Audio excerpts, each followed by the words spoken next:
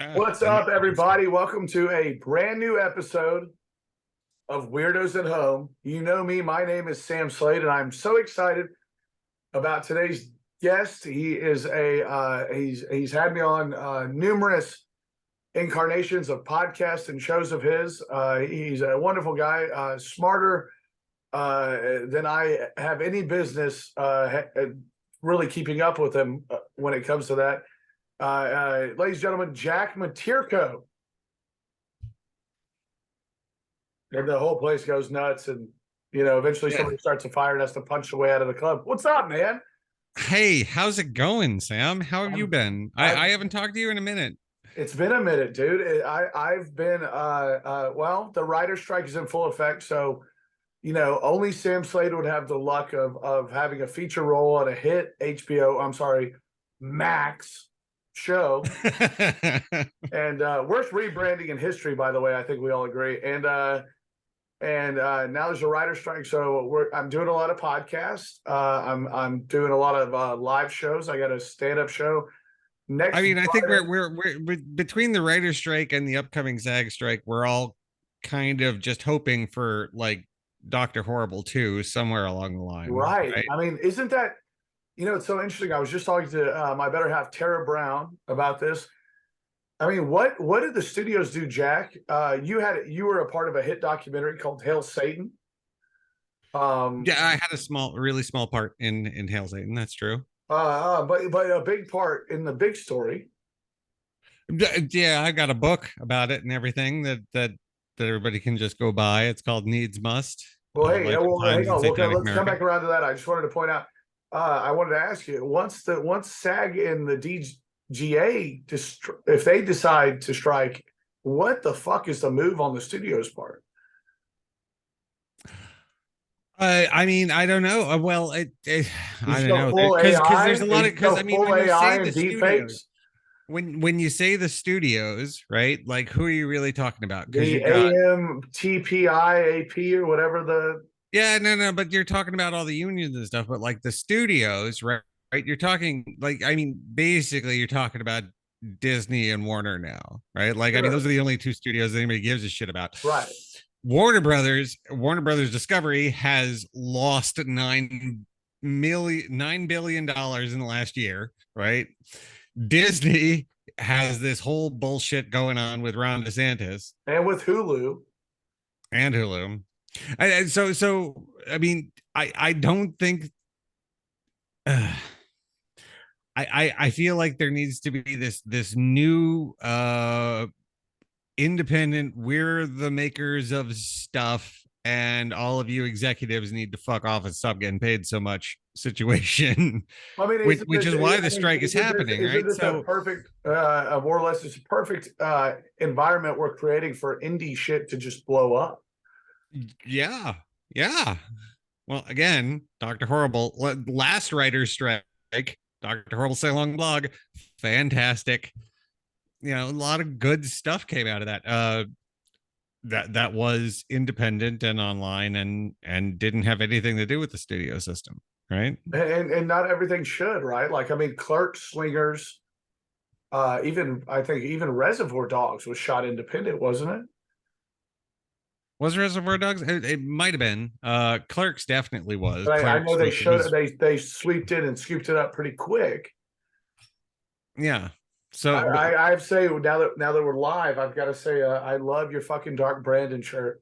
I'm a fan, man. He's I've been doing got good. the My boy old from boys. I Scranton. got Barack and Joe right there. Scranton represent. I went to school Boy, in Wilkes-Barre. I know. really. Yeah. So, you're such an interesting guy on so many levels to me. Uh, just to get this out of the way, because you're rocking the Dark Brandon and I'm rocking the Captain America. Both, I think Yeah. So you could yeah. connect to Joseph Robinette Biden. Is he rope a doping these Republicans? He has definitely schooled them on this whole debt ceiling thing. Like he really just uh he just owned McCarthy, right? So Like he I don't think that anybody is disputing that he got everything that he wanted Well, the deal is they cut social services spending for up until next election, which leaves Joe the ability on reelection to say, "Hey, they're the ones who cut it." Well, he also said he also got a deal that says we're not going to do this debt ceiling shit next year, right? We're not going to do this in 2024 on the run up to the on the eve election. of an election, right? We're just not going to have that discussion next year We're because gonna he be got a adults, 2-year so deal. we're gonna pay off the fucking credit card. Yeah, and he says we're going to be the grown-ups. We're going to not fucking stress everybody out. We're going to have business. Uh, one of the things that I think is underestimated in these yearly budget battles is how much business likes stability. Like this idea that now all these businesses know how things are going to go for the next 2 years. We're not going to have this budget discussion next year. Or even every 6 months, which under Obama we did almost. Well, yeah, but that's because they just well, he was a black guy and he was young. He was a black guy, and they didn't want a black guy to be president. Yeah, but I feel like what we're doing, what Biden's managed to do, is add stability to the system that has been long lacking, right? Especially after Trump, because Trump was just every day on Twitter. Who the hell knows what's going to happen, right? Whatever his whimsy was the national discussion. And now we're like, no, you know what? You guys don't really need to think about politics for the next 2 years. You don't need to think about it until you go to vote and you see how you're feeling. Isn't McCarthy in a position where because of how many House votes he lost to become speaker, he's like one person can propose a vote to get rid of him? McCarthy's in an interesting kind of almost bride. He's kind of in something of an inverted Gingrich position where he needs to rely on Democrat votes to get stuff passed now, because he can't rely on his own party. Like he doesn't control his own party, but they're the majority party. So sure, even though he's speaker, if he wants to get anything done, he has to reach across the aisle. And that's where Biden's got him kind of in a Jeffries. McCarthy is Jeffries is a great. McCarthy is truly in a position where he's going to see dad at his office when he meets with Biden. Yeah, and Jeffries is standing there smirking, being like, Hakeem Jeffries, just say something. I'll tell you, one of the best. That was actually another really good move that the Dems made when Pelosi stepped down and Jeffries became the next guy, minority leader. Like Pelosi still being in her seat and being able to advise Jeffries as kind of like the speaker emeritus, I guess is what they. It's almost like it's a better version of when what's his name, Ratzinger stepped down from the Pope ship and handed it over to. It's the whole situation is very Star Wars-y. Yeah, like because you know that Pelosi and Jeffries have a whole lot of conversation, and like, what did you do when you were in this position? But I see she's not retired; she's part of it, so it's cool that she could be there. And once a week, I see Hakeem Jeffries on Instagram with a baseball bat. Somebody sent him, some professional player signed, and he posts it, and he's holding a baseball bat. He's a black dude in dress clothes with Nikes on. He's holding a baseball bat. I mean, I think that sends a message that I don't know a lot of folks are ready for. Yeah. Terry and I had a conversation last night about how this Republican primary is going to end up feeling like Baskin Robbins. You're going to get all 31 flavors. You have Chris Christie jumping in. You have Tim Scott. You have Nikki Haley. You have Trump. Who Tara, I got to give credit for this joke. Saying Trump at this point he's funfetti. You don't know if you want a whole cup of it, but you want to try it. Uh, I think he's done. I think it's only a matter of time until those I think he's going indictments to come out. prison for the tapes that have now come out for the. Yeah, I mean the odds of him like not being in jail come April I pretty mean, slim. I just I hate. Part of me hates that we're at a place, and we've talked politics for a decade now. But part of me hates that Joe is so old, and the biggest bitch about Joe is age. Yeah, yeah, but I mean he wears it well, right? Right. I think the worst thing about it is he you can tell that like he clearly has like some mobility problems, but his mind is sharp. It's not like you watch Joe walk and he's very stiff, Right? He right? does the. Yeah, but okay, he's old. Like my grandpa worked like that too. But it's not like he was it's not like he was it's Trump on the other hand is clearly like, delusional and out of his mind. Dude, I saw a clip of Trump last Saturday on a golf course, white as a ghost, looked starving. I mean, looked bad. I mean, he just rants. He's Rodney Dangerfield in Caddyshack, uh no, not Caddyshack. Natural Born Natural Born Killers. Killers. Yeah. Oh, that's He's so that. fucking dark. That is so dark, Jack. He is. He's because he's yeah, that's who he is now. He's just screaming at the TV and Hey. yeah. So do you think by the time this primary is over, he will be the nominee? I I mean, I guess it depends on the Justice well, I Department, mean, right? I have a very I don't know if I can accurately gauge the Republican Party. I can't either. I You know, understand. like I'd like to think that they're better people that they wouldn't do that, but They're not. also They're not. they're they're pretty bad. Um, I'd like to think that they'd pick somebody more reasonable. I think that I shit I if Liz Cheney threw her hat in the ring, I think that she would be the best that they could Well, do. she seems like the obvious fix to the party. You know, she's Yeah, as a Cheney, but yet talking like Ronald Reagan in '82 or '78. Um, but they ran her out, man. And you know who I'm hoping for shows up, because before I say who I'm hoping for shows up, if something's happened to Joe, Kamala Harris shows up and takes office. Why does Kamala Harris get such a bad rap? I I mean, because she's, two of three things that conservatives hate. She's black and she's a woman.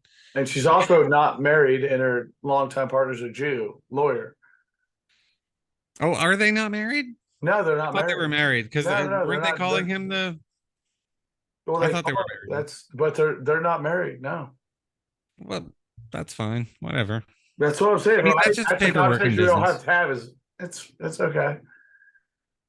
It should be fine. I don't, I hope that Gavin Newsom gets it.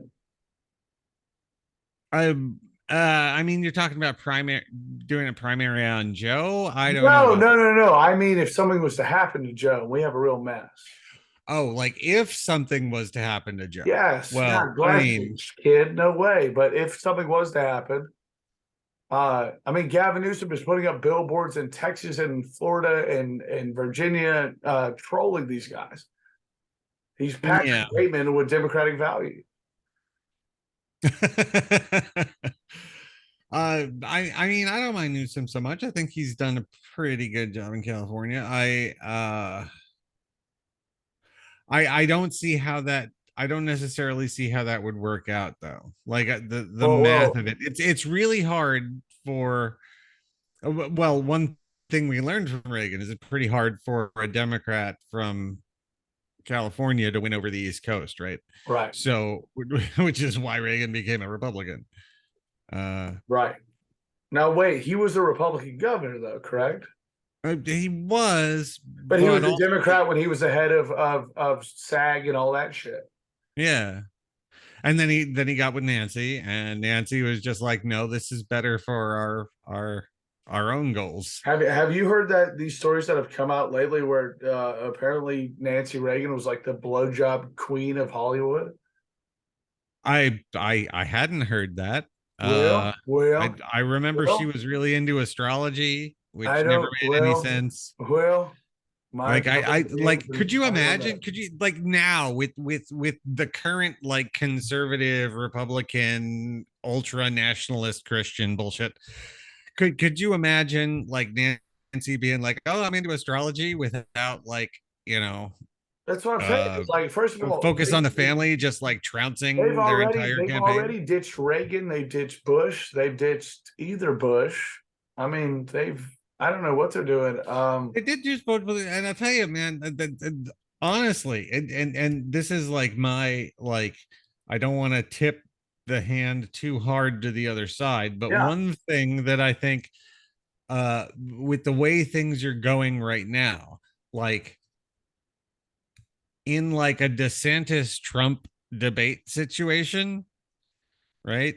Like the best chance that the Republicans would have in that kind of setup would be like a Reagan Bush debate type setup where uh they just join forces and become the other one's running mate, whoever comes out on right. top. You know? Well, you got Tim Scott, who's like Rocky Road without the rock or the road. Yeah, I mean, whatever. You've got Nikki Haley, who's a sample of coffee ice cream. Anyways, she's enough. I mean, she's a Carolina Republican, like, but Well, she's and got no same chance. thing as Tim I mean, Scott. well, but she can't win over the rabid Christian nationalists that have taken over the party just because she's a woman, right? No, Like, I mean, before we got started, I asked if you had seen a show called Star Trek: Strange New Worlds, and you said you had it. Well, no, I haven't seen it yet. pilot of the first season, or no, I guess first episode of the second season is where we caught up, Tara and I. Captain Pike lands on a planet and explains them what happened on Earth, on his planet, as a warning tale of why you don't want to go here. They literally showed clips when he goes, take a look at what happened on my planet. Literally showed clips of January 6th. Yeah. And I mean, real photos, real video. So I don't know if that's credit to the Trek or if that's credit to Paramount, but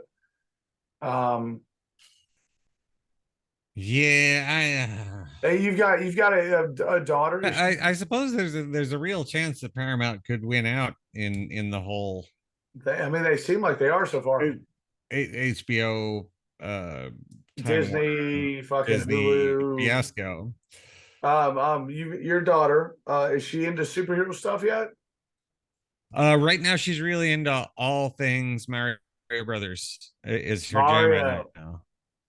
now. We went to see the Mario Brothers movie, and I took her to see Little Mermaid on her birthday, and she wasn't super into it. Was Like, it because it was live action? I think that was part of it. Also, it's a long, complicated story, but Like I think my daughter's a racist. it's also just not her movie. Like, she likes Disney stuff. Like, she's really into Encanto, is her jam great on the flick. Disney Yeah. side of things.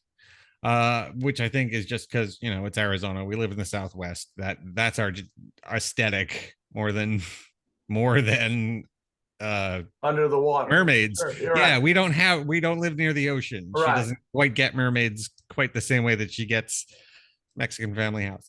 Uh, but her jam right now is very much the superhero stuff. Like, we watch, her thing is very much video game walkthroughs more than anything else. When she asks me to put stuff on TV, she wants me to put on somebody else Explain playing. to the normies what a video game walkthrough is. Okay, so there's entire channels on like YouTube and Twitch and whatever dedicated to watching other people play video games. And she's 4, so she doesn't have the manual dexterity to do the controllers. Like we will play Mario 3D World or Luigi's Mansion or whatever, and Oh, we'll play those Luigi together. got his own game finally. Luigi's he said 3. Luigi's Mansion 3 is the bomb. It's a good game. Check it out. Luigi's got his own games now. Luigi's all right. I'm so far behind. But she doesn't really have the manual dexterity or necessarily the attention span for like problem solving stuff because she's 4.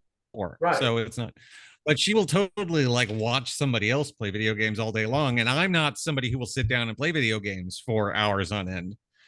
I'm not either.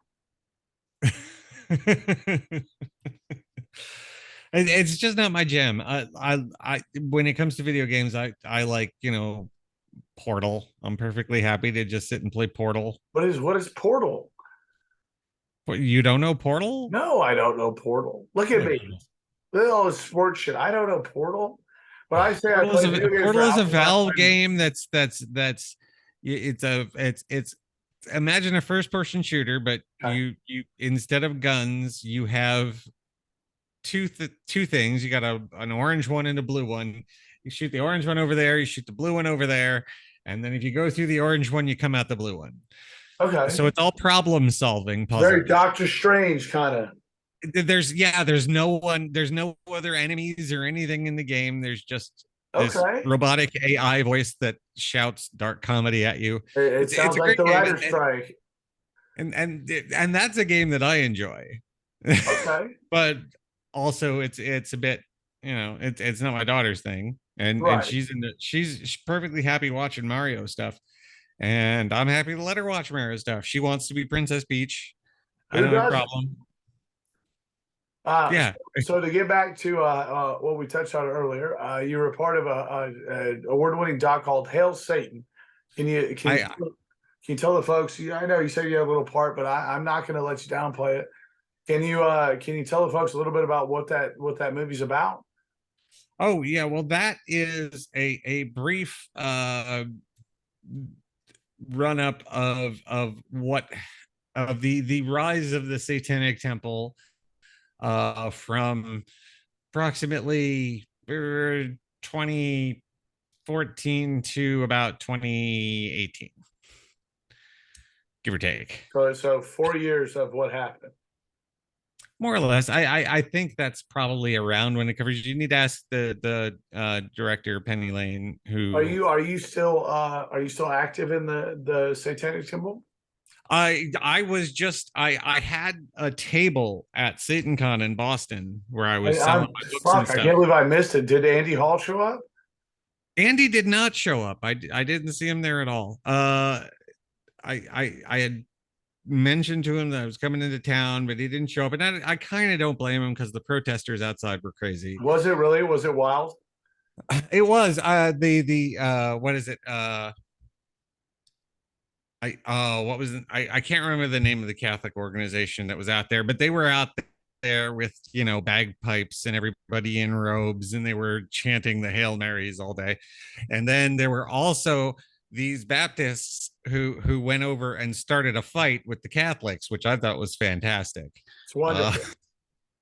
Yeah, because you can't make that up enough. It's just like, oh, we're both opposed to these people, but they're not going to engage with us, so we're just going to fight with each other. And it was wild. And then there was some Black Israelites who showed up and got into fights and with some WASPs over racial stuff, and none of it had anything to do with any of the Satanists who were inside, just having a nice time being together. So for the normies watching, can you explain the Satanic Temple to folks? Yeah, okay. I mean, if you haven't heard of them yet, which I seems like kind of a stretch, right? Like if you haven't heard of them, the Satanic Temple is this organization based out of Salem, Mass, that is doing their damnedest to make sure that religious equality is enforced whenever a Christian group tries to do something that would overstep the bounds of church state separation. TST tends to step in and So say, so really, well, so we're really, allowed to do Jack. that too, then, right?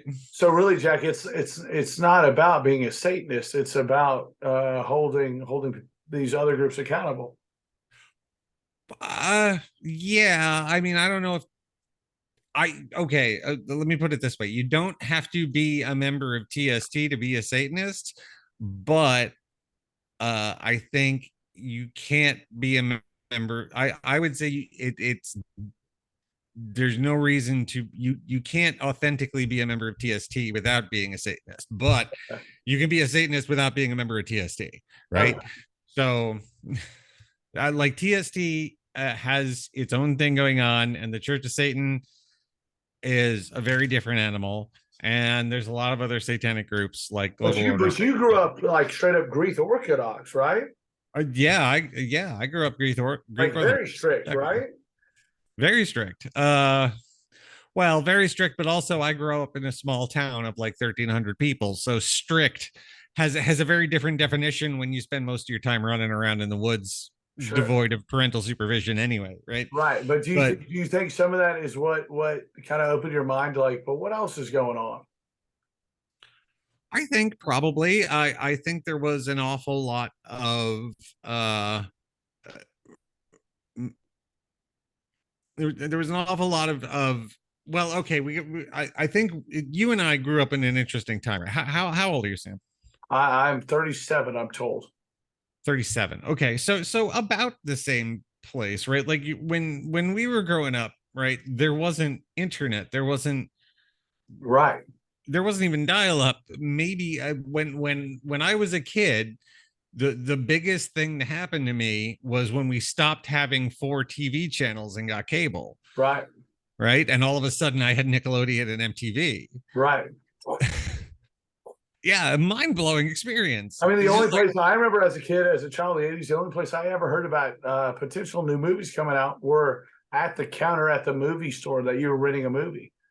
And it wasn't even Blockbuster. It was the which is why there are some like absolutely great movies that I remember that I only know about because they were on the shelf of I the mean, video I store. remember being 6 years old and Like having a guy tell me and my dad, you guys won't believe it, but the next big thing is going to be, it's out there. It's called Teenage Mutant Ninja Turtles. And my dad was all like smoking inside the video store, being like, sure it is. Sure it is. well, that was something that the kids who were in the comic books knew about before Right. Right. But it I became mean, a movie. as a kid at my age, I was jacked about it. But I'm saying there were no trades that you had access to. There was no blog. There was no Twitter fucking rumor. Yeah, there was no promotion of that, and some really good stuff fell by the wayside there. Like whenever you say video store, like the one movie that immediately comes to mind in my head is Danny DeVito's Other People's Money, Oh, which is a fantastic movie. classic. Classic If you've seen it, if you've seen if you've done the work to find it.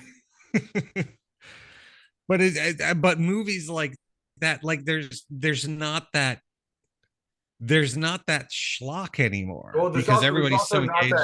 there's also not that human connection of walking up to the counter at the video store and you know the kid working at the counter and he kind of knows what you rent and you go, hey, what's good this week? Hey, you might like this. Yeah. Yeah, Hey, this new one came that's been out that maybe you'll eliminated. like. It's And now all that's just gone algorithm. now. Right. Yeah. I don't know. Yeah, we've lost some stuff with the whole interconnectedness of the internet. Would you, is there a way in which you would, if you had, say one of these studios pulled up to money, showed up to your doorstep, is there a drama to be told that hasn't been told about the Satanic Temple? There's all kinds of I mean, drama, but like a narrative drama, like a full fucking. I mean, Ben Affleck and Matt Damon just took Michael Jordan's story, made it about three guys, white guys in an office arguing. making So I think, shoes, yeah. And there's a Tetris movie now. The making of Tetris is a movie now. Is that and weird? BlackBerry got one too. Yeah, I mean, is there a movie in like the? I mean, I don't know if I was around uh Lucian and Malcolm enough during the founding of Now, TSD when you say to figure Lucian and that movie Malcolm, out. who is that? Lucian Greaves and Malcolm Jarry, the co-founders of TSD. I don't know if I because I didn't meet them until later on. Uh and now we know each other and whatever, but I don't I don't think I could write that story unless I sat down with them and said, okay, this is what we're gonna do. Like if somebody if a studio came and said, okay, you're in the writer's room on this, then I could But you're happy to take a producer's check, right? I would I would gladly take a producer's check. Man, this writer strike is such a mess, man. I don't know. Where do you think? Do you think there are folks? We talked about a little before we went live. Do you think there are folks? I'm now convinced there are folks within the studio system who are like, AI can do it for us. Who are like, we've seen enough to think that AI can do all this. Fuck everybody else.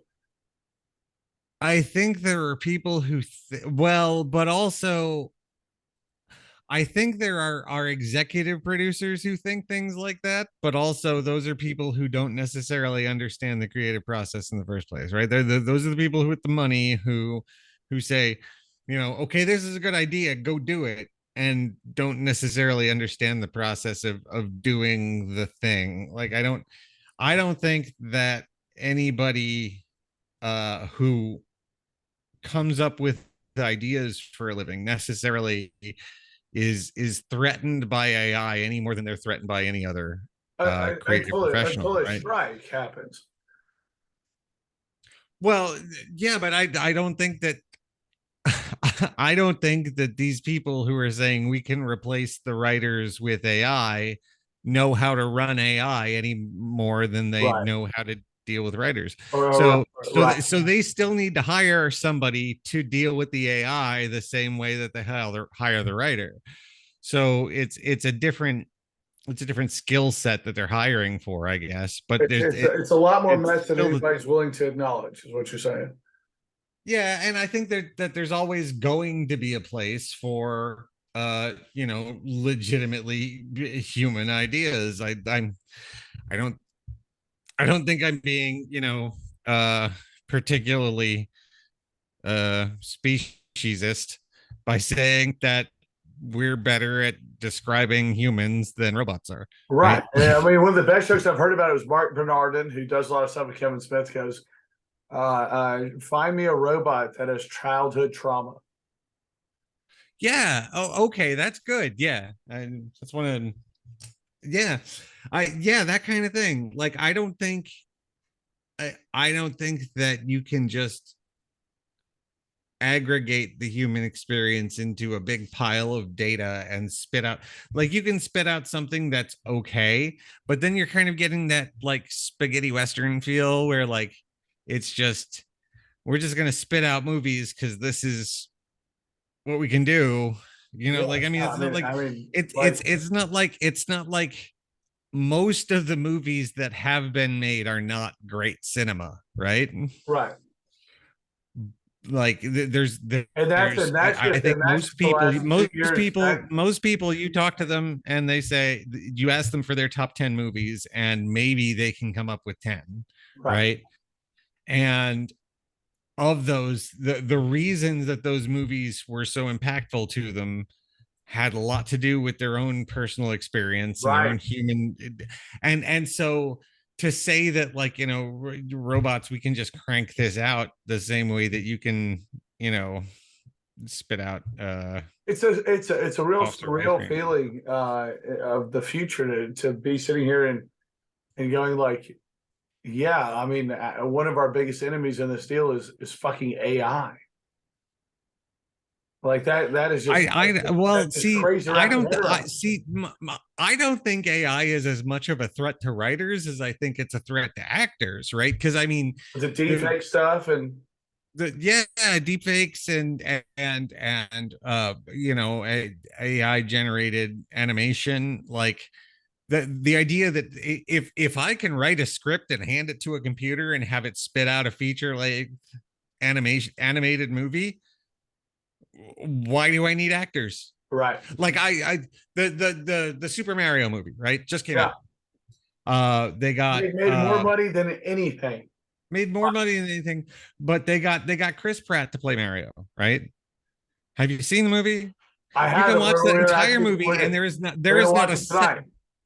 there's not a second of that movie where you're watching it and you say, "Yeah, Chris Pratt was worth the money." That's like it's just Really? not, because you could have put anybody in that. To do Like that it voice. was not. I don't think it doesn't sound like him. It's not like you watch the movie. It doesn't sound like the guy from The Office. It doesn't sound like the Like guy from Star-Lord. Guardian.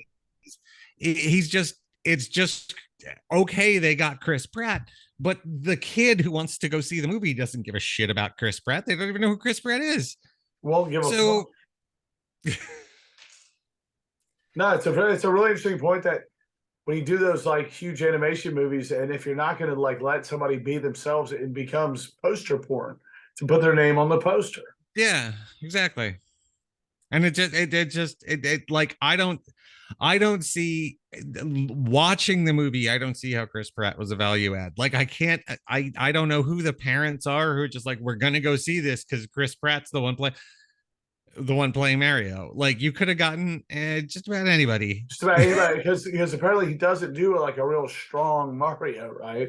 It's no Bob Hoskins in the Mario Brothers feature film as of 1993. Underrated film, by the way. I could go on record. Dude, Underrated film. it is Hopper as Koopa.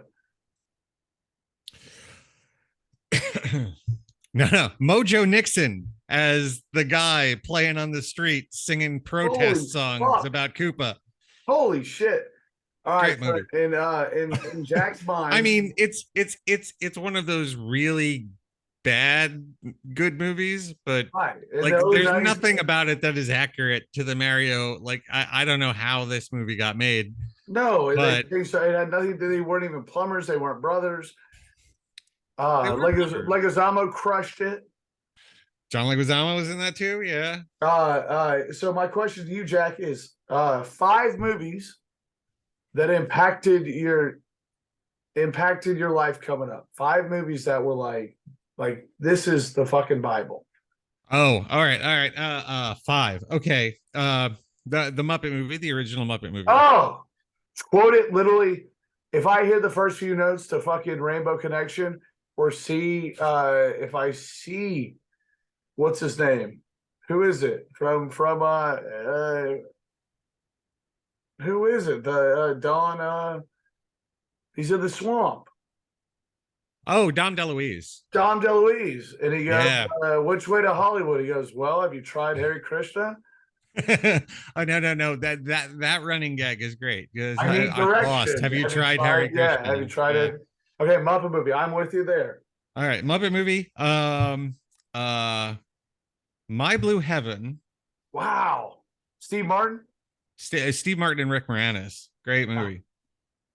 Excellent. Well, probably one of my favorite lines, like of anything, particularly because there's, I think, and I don't think I'm wrong about this, but I think there's a general consensus among wait staff that working Sunday brunch sucks because Christians don't tip for shit.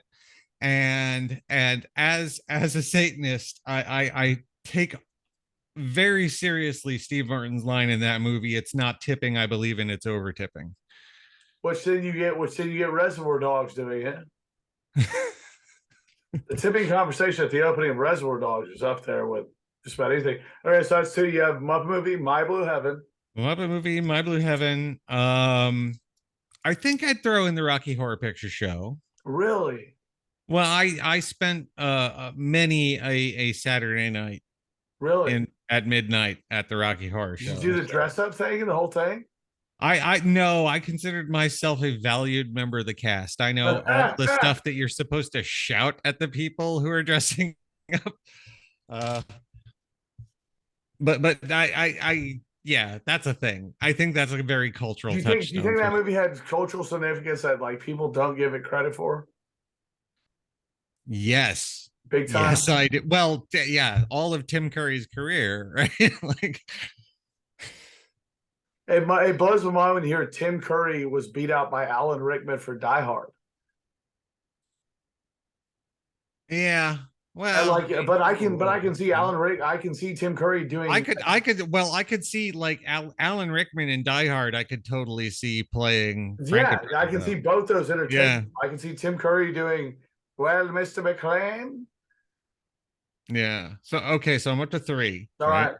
right. Uh, two more movies. Let's see. We're talking like childhood though, right? Yeah, I Like mean, like formative years, major. deep cuts, touchstone stuff. Uh, um, let's see. Uh, Two more. The Burbs. The Burbs. Oh, Pace. Oh, come on. Come on. We're right here. I think it's obligatory that you have to throw in a Tom Hanks, but I think that was one of the first things I saw like Bruce Dern, Corey that was like Feldman. one of the first like grown up comedies I saw with my dad in the theater. I think was The Burbs, and it was like one of And those like it movies that was were like for we adults, it but was you this saw it. weird kind of we both enjoyed it Yeah, moment. yeah, totally. So That's so so that was cool. great. I love that movie And because, especially at the point where I'm at now, Tara and I just moved into a new house, or a new place. It's a house in a cul-de-sac. Every fucking morning that I go out, either to get the mail, or do whatever, the cul-de-sac is so perfect that I literally feel like, oh, come on, here we are, come on. yeah, and there's gonna be that, and you start eyeing up the neighbors, and just like you're too normal. What's going on in your Right? basement? Oh, totally, Yeah, totally. By the way, I don't know if you know right now, Jack. I don't want to cock block your fifth movie, but Austin has a serial killer loose.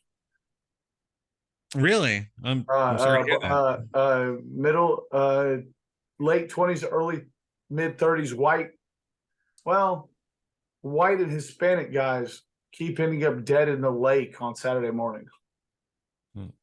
and they've all been partying on the same street the night before. Really? And to which APD, So everyone's on the lookout in Austin. no, that's the thing is no one's on the lookout. They understaff APD, and then everybody else, the mayor goes, no. So is but like are okay, so but like okay, you got a serial killer, but are they doing anything weird? Like are they like Zodiac killers sending messages? No, Like but there's been. actually, are you sure it's not Ted Cruz? I'm not sure it's not Ted Cruz. I'm not sure it's not my landlord. But there's a thing in which it's 12 bodies in like 3 years.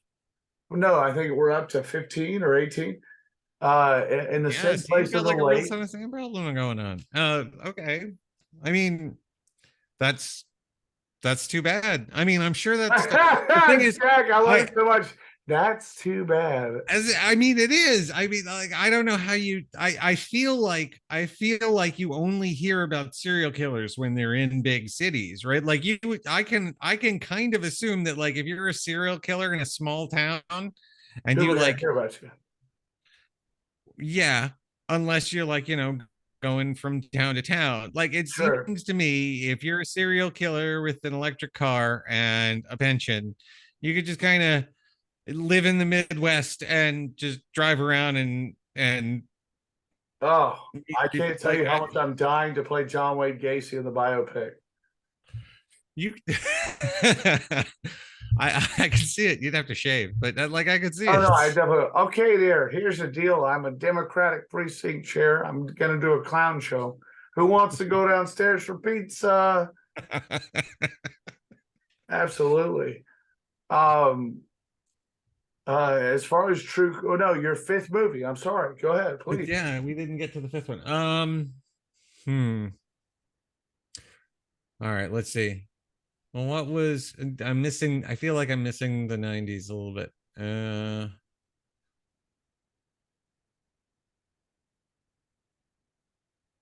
Man, I don't know. The fifth one's tough. let's say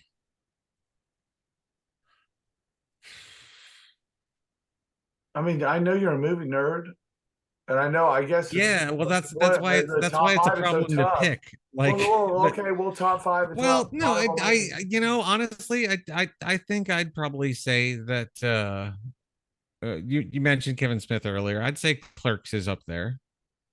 See, you were a bit older than me when Clerks came out. Was Clerks as cool when it came out as everybody says it was? Well, yeah, I'm a little older, but like when Clerks came out, I was in high school in Northeast Pennsylvania, right across the bridge from New Jersey, right? So like the life that Kevin Smith was describing was very much Really? in Clerks was very much what we were going through, you know, with all of us with our retail jobs in Northeast Pennsylvania. Like the Right. difference between Northeast Pennsylvania and Eastern New Jersey is, eh, Right. you know, It's when you get up to those small states, there's not a lot of change once you cross that. yeah, like yeah, the difference between East Stroudsburg and whatever city is on the other side of New Jersey is minimal. So like the all of us who I was everybody who I was friends with, you know, had jobs at the mall. Like so a lot of what Kevin Smith did was very culturally resonant to me growing up because that was my teenage experience. Yeah. Boy, he's an interesting dude. I hope that this writer strike will create and or maybe reveal some new school Kevin Smiths, some new school John Favreau's. One would hope. I mean, I think I'd like to see uh a lot of well, I just think with the way that technology is now, I don't think there's anything stopping kids from going out with their iPhone and making a movie. Right? Like anyone can do it. It's just a matter of having the I'm wanting to get it done. wanting to get well having a script. I think that's That part of the trick, right? Like a lot of kids want to be camera people. A lot of kids want to be actors. The person whose job it is to sit there and slave away at a keyboard to get the dialogue I'll right say now. this.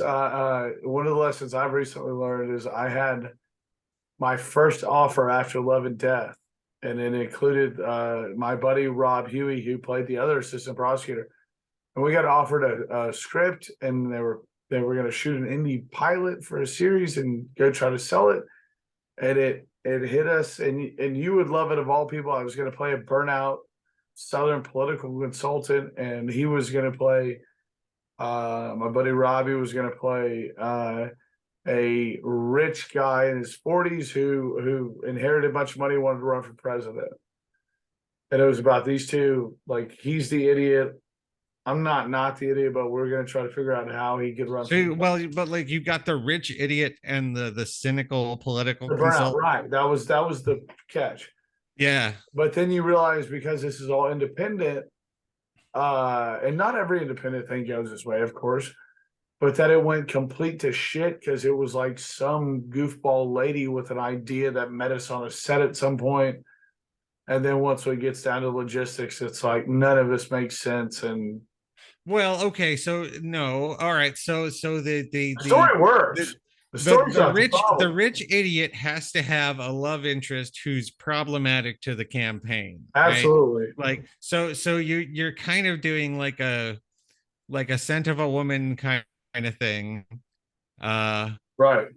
where you've got the older guy who the older, wiser, cynical asshole and the plucky young rich person. Right. And that's the Then thing is, and that's and what then the there's thing is got to like. be the complication. Honestly, the story was never the issue. When I say indie, I mean like the shit that goes along with. Can you guys get this fucking shot? Can you You get know, what shot? the whole. Oh, Can you like guys? can you get a shot? Can you get this shot? Can you get this on film? Like, do you guys have your part of it? You know what I mean? Well, I mean that's a whole lot of like location scouting and Well, and it's also just like, I think I got very spoiled from CW, and same way I got spoiled for working for Obama early in my political careers. Then I worked for CW and HBO, and like shit gets done. Shit gets done. Yeah, but it's What I kind of, you don't always know, give you don't credit about necessarily know CW is how, that right? Like it. what I always give credit about CW is that by 5 p.m. we're fucking wrapping. We're done.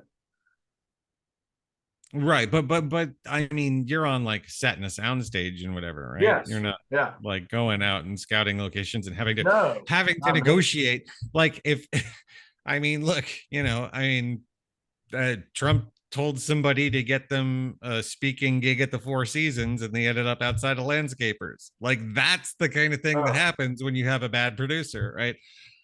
how great was that, by the way? How great was the Four Seasons landscaping situation? It was one of the funniest things It I ever may be the saw. highlight of all the debacles. Um, what are you working on now? Right now I'm working on a miscellany, which is a fancy word for a book full of stuff that doesn't necessarily fit anywhere else. I got a bunch of short stories because I spent the last 5 years doing the Satan book, right?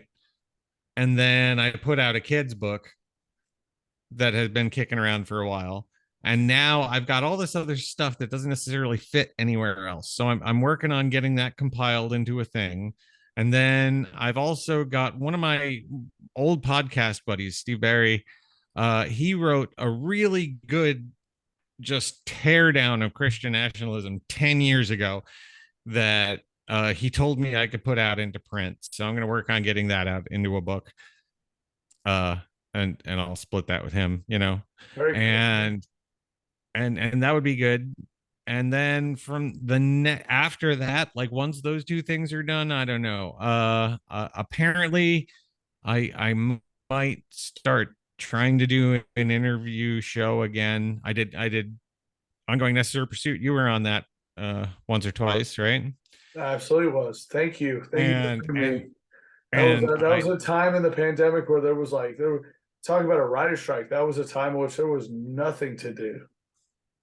Yeah, actually, as I recall, the time you were on that show, uh, we got a little like pandemic stir crazy where we were Yeah. just really just joking off about how much it sucked being stuck in solitude. I mean, Yeah. I think do you are you anyway the way what hits me is like I'm still shaking off the pandemic. I think I a think at lot of times there's still people some still times where are. you're like, holy fuck, I could just go to the grocery store. Yeah, well, a lot of that I feel like a lot of people have gotten used to the Normal ways speed. that technology adapted to that, right? Like I think of going to the grocery store, and my grocery store is like a block away. It's not a big deal. Right. But I can also like order all my food on the grocery app and Right. just pull into a parking spot and have them put it in my car, and Right. it doesn't cost me any extra money. Right. So like why would I But go to isn't the it? grocery But isn't store? it? That's what I'm saying. Isn't it about the human experience of going in and shopping for groceries and seeing the weird old people or seeing the goofball Yeah, but like it's douchebag not like young men? something I'll do by myself. Like if I'm by myself and I'm doing the groceries, I'll just put it in You the just app gotta and go go pick it convenient. up. If I have my daughter, then it's like, hey, we're going to the grocery And store. it's the whole We're gonna make thing. this an It's the event, whole. It's Yeah, you get to very ride in the Muppet shopping movie. cart. Yeah. So Uh, it's weird, but I think like I can understand like, young urban single professionals not I mean, dealing I with think what I any of that. realized what I missed was just walking around, was grocery store, department store, fucking whatever, just the people watching. I do kind of miss walking around a mall. Like, And oh my God. And just looking at people and making jokes in your head and going like, there's a whole 5 minute bit right there, yeah. you know? Or Right. But you now that no get home one's to your doing lady and be able to get home to your lady from this grocery store trip and go like, you won't believe what I saw. I think the thing about going to the mall now, because we were just at the mall when I took my daughter to The Little Mermaid, and I'm looking at the stores in the mall and I'm like, who goes in who why does anyone shop like this anymore? Like, Right. I Yeah, don't it's get the it. last thing you need to do. Right. I don't need to spend a whole day to go to the lid store and buy a hat. That's ridiculous. You know, That's a really funny take, like where it's just you're just about convenience. So are it's not you even about like if you want anything that's like if I'm going shopping for something that I like really want to be a special thing, then I'm not going to a mall, right? Like, I mean, you if can it, get on Amazon or whatever and have it ordered, no, right? no, no, no, if I'm just buying something that is mass produced, that's then yeah, I'm just going to order it on Amazon. If I want like what I want now is I want shops that are like bespoke experiences, right? Like I mean, if I'm gonna go buy a suit, I want to like walk in and have a tailor there and measure me and Yeah, all the whole that. deal. You know, I if it, yeah, I don't want to just like walk into fucking Sears and buy some off the rack. And, If you're and if you're I don't think that that's necessarily a function of where I'm at economically, but it's a function of what buddy, if that you're still experience getting needs to if you're be. still getting suits at Sears, we're gonna talk. Huh? So if you're still getting suits at Sears, we gotta talk. No, I'm not. But Oh, that's I know you're not. I've upgraded to Macy's. Nothing wrong with Macy's. That parade is run for about 100 years for a reason. When I was in Chicago at Second City, and I was struggling and shit, I think my dad accidentally left me some Macy's credit card with me. And I realized like he left it at my little studio apartment, which was like smaller than this little man cave room. And I called him when I realized I had it. I was like, Dad, I think you left like a Macy's credit card. He was like, go get yourself some nice clothes to wear to your little comedy shows. I went fucking nuts. I burnt that Macy's card to the ground. I mean, I'm buying fedoras, I'm buying fucking vests. I was doing it all. Well, I mean, I'm trying to make a name at Second City. I mean, trying my best. Turns out I was all yes and they were like all no and. That's one of those like you were asking about movies, but I think like John Belushi on SNL is definitely one of those just Sure. magic things that can never be. Well, that's what I was going for. And They there are were bits there are bits. uh John Belushi had this one rant on Weekend Update where he talked about you luckily know Irish. pot, no, where he talked about pot being legal or So then I got to ask this guy. I say, hey, man, yeah, he does this whole bit about like asking his you friend know how whether he's hard going it to is to vote for find Ford or that. Carter. I'm over here And he's asking talking about, and around.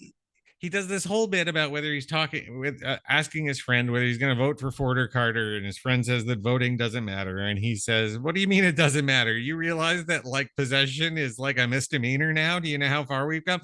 And it's Hey, this it used to whole be rant, possession was 9/10 of the law, man. and the amazing thing about that particular rant is that you can't find it. Like of all the stuff you can find of Saturday Night Live on the NBC's site and on YouTube and whatever, that clip just does not show up. No. You have to buy the DVDs to get that clip. And I'm not sure whether that's on purpose or just an Oh, oversight, but I feel like that is that clip is just resonant to so much stuff that goes on today. that is so real. And it's it's the reason why I was told, hey, we're not really I was literally told this by a Second City casting person. We're not really trying to do the fat, drunk, out of control guy anymore. I was Yeah, like, okay, but okay. like, I mean, funny is funny, right? Like, you I can't. think it's funny. Hey, do you watch Barry? I haven't seen any of Barry. I've heard You it's really you good, but I haven't watched it. At one point we watched the last 3 episodes together last week of the whole series. At one point, I literally this is part of why I think I ended up reaching out to you to do the show. I turned to Tara and I was like, fucking Jack Matirko would love this shit. It is so dark, but so funny and so earned. And there's nothing better than like comedy and violence together that are earned. Earned. Yeah. And it makes sense that the story has helped you get there. Yeah, like I mean, well, I mean, even comedy and violence underrated films like Shakes the Clown is shit. Good Lord. That's a whole other thing. is a delightfully underrated movie. Where can folks find you online? I mean, the best thing you could do is type my name into Amazon and buy a couple books. Would be I plan my to this advice. weekend. I get a check coming in tomorrow. I plan to buy a copy myself. Yeah, I think you'd like the kids' book. Well, here I got. Well, it was nice thing is at my reading level. A copy of this one here. I don't have so that book right there. You can buy that one. Is that the kids' book? No, this is the Satan book. So break that one down. Needs must. What does that mean? Okay, so well, the quote from Shakespeare is needs must when the devil drives. So that's where the title of the book came from. But this is a kind of a retrospective because I was writing for a website called Pathos, Yes, covering Satan stuff. And then they fired all us atheists basically. Really? And well, you and Andy? They changed the terms of the contract in such a way that it became untenable for us to continue to do our jobs. Wow. So we all left. And after that, they then at some point took all of my articles off their website. So they're just not online anymore. So I put them all in a book, and you can go buy that book.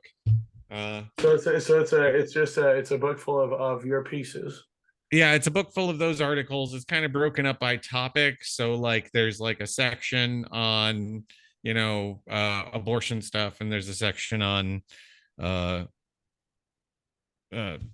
hitting kids, like shouldn't be allowed in schools, that kind of thing. And then there's but it is basically 5 years of running around with Satanists, and it sounds very Hunter S. Thompson. The joke I've been saying is like, when it comes to TST, like this book, I'm the Jane Goodall of Satanists. It sounds like you're the Hunter S. Thompson of it.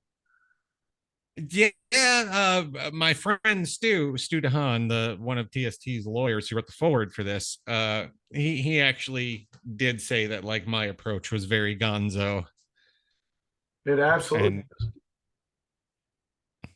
So there's that, and then I've got a kid's book out. I got a coloring book, and I got a little yoga pamphlet thing that you can get on Kindle. I love your hustle. I love what you're doing. Will you? I ask every guest when we've had a good time, will you come back on this show? We can elaborate more.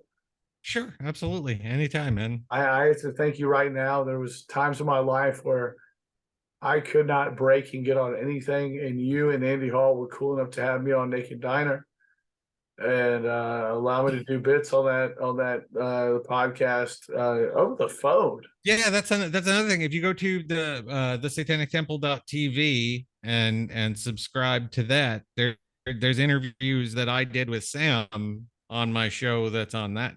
I mean, years ago at this point, almost 10 years ago. That was during the pandemic. Yeah, so 2-3 years. Oh yeah, those were the video ones. Oh, that was very cool. If you ever end up in Austin, or if I end up out in your neck of the woods, we'll have a great burger. We're gonna hang out. Oh yeah, absolutely. The deal. I could see how that could happen. Well, you guys just had there was just in San Marcos, there was just my Satanist buddy Lanzifer just gave an invocation at the city council meeting. Really? That's where I was living when I was on Naked Diner. Yeah, and so that just happened. You can look that up. Lanzifer's a good guy. So again, I think I don't mean to bring this back up, but so it sounds like so much the Satanic Temple is more about free speech and holding the Christian churches to accountable than it is about any fucking drinking goat's blood or any what you would expect from. I mean, more or less, yeah. Am I I think leaving some that's. stuff out? I mean, no, I don't think that you. I really don't think you'd find any Satan after hanging out with all of them. I don't think you'd find any Satanist who would ever harm a goat. We So like it's not goats. even, We so it's think not they're even like cute. that. Even that is cliche and not cool. Yeah, I mean, they've got a lot of cool programs going on. They've got, they've got their own sobriety program, kind of like putting up numbers against So then, AA. so they're doing as much, if not in some ways more than any Christian outlet at this point. Is it just the satanic part that holds people back? I think more or less it's the satanic part and kind of the spooky aesthetic. But like But then you that's get there and not it's not something. really like that, right? Like it really isn't. Oh, there are most of them are like, I mean, I seriously, I've spent so much time hanging out with these people, and they are the most normal people in the world. Like, there's nothing weird about them. Right. They're just shunned, not necessarily for what they believe. A lot of it is because of who they are. There's a lot of LGBTQIA people in TSD, And like, it's officially unfortunately, Pride Month. because they can't get that community in a Christian church, so Oh, they come over to the Satanists, and we're like, yeah, we don't care what you put your parts against. It's got nothing to do with us. right. Like if you put And it, hey, do you want to help clean up a park? And so then there's go do some cleanups, good. and yeah, and I think there's all these people who get shunned out of Christianity for being different, and now they have somewhere they can Have go I have and be I like, ever told you the story it's about? almost like a island of misfit toys Oh, Lord knows if anybody in the knows me, Rudolph you're cartoon, well aware that I am truly a broken toy. Have I ever told you why my family got kicked out of Easter Sunday church service? No. So they put me in the little in the Sunday school area, and we've never had gone to church as a family, and it's Easter Sunday, and I'm like 9 or 10, and I'm already very funny, obviously, and the exercises draw Jesus on the cross, and we'll go around and share. And I draw mine, and everybody draws hers. At the same time, I want to be a cartoonist. I'm very into Hanna-Barbera at the time, and all the great '80s animation. We go around the room. I'm sitting closest to the leader of the. I don't know what to call him because it wasn't the pastor, whoever's running Sunday school. And I go, no, no, no, go that way. I want to close. Like I'm not going first. I'm not opening with my fucking killer bit. Go that way. So, Huh. 10, 12 kids show their Jesus on the cross and all sad. And they get to me and I hold mine up and it's Jesus and another guy on the cross next to him. And Jesus has a thought bubble that says, man, this sucks. And the guy next to him has a thought bubble that goes, I think I can see my house. And they jerked me up and marched me out of there so fucking fast, Jack. I thought it I crushed. I thought it killed, but I had a very different experience. We were at midnight mass for Christmas one year when I how old was are you? I want to say I'm 5 or 6, and in our little Greek Orthodox church, it was the priest would like give his sermon just kind of marching up and down the middle aisle, just very casually Just working talking. it, working it. Yeah, he was fun. But so does all this stuff about Christmas and Jesus, and and he says, and now it's, and he was very hammering home the idea that, like, this was the day Jesus was born. And so then he gets to the end of his sermon and he says, and now we sing. And before the organist even started playing something, I started singing happy birthday because he made this fucking point so much. It was Jesus' birthday. Yeah. And so I hope you're doing my full my Disney, family was full really Disneyland. embarrassed. My family Happy was birthday. my Happy family birthday.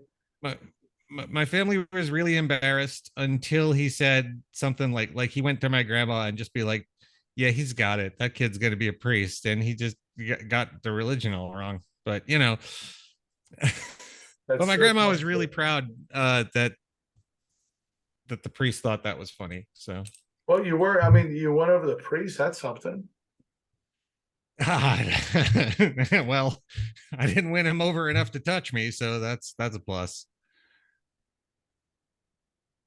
And I think it's such a great moment to end it all. What a great fact to wrap this up. Uh, Jack, I hope you'll come on again soon. I've still got like an hour of material I got to figure out for next Friday. Um, Jack, thanks for coming on. I'm ordering your book once we get done here. We didn't even get into Ukraine and Russia, which I hope you'll come back on soon and we can get into. Because I Oh know yeah, we have that'd be an so much interesting about that. We discussion. kept it all fun today, but maybe in the next couple of weeks I can get you on and we can talk about all that. Yeah, absolutely. I'm down to talk about that too. Ladies and gentlemen, it's been Weirdos at Home with Jack Matirko. You can find him just about everywhere. Go buy his books on Amazon. Buddy, thanks for stopping by. Thanks for hanging out and playing. Absolutely. Glad to be here. Thank you, buddy. It was good to see you, man. Good seeing you.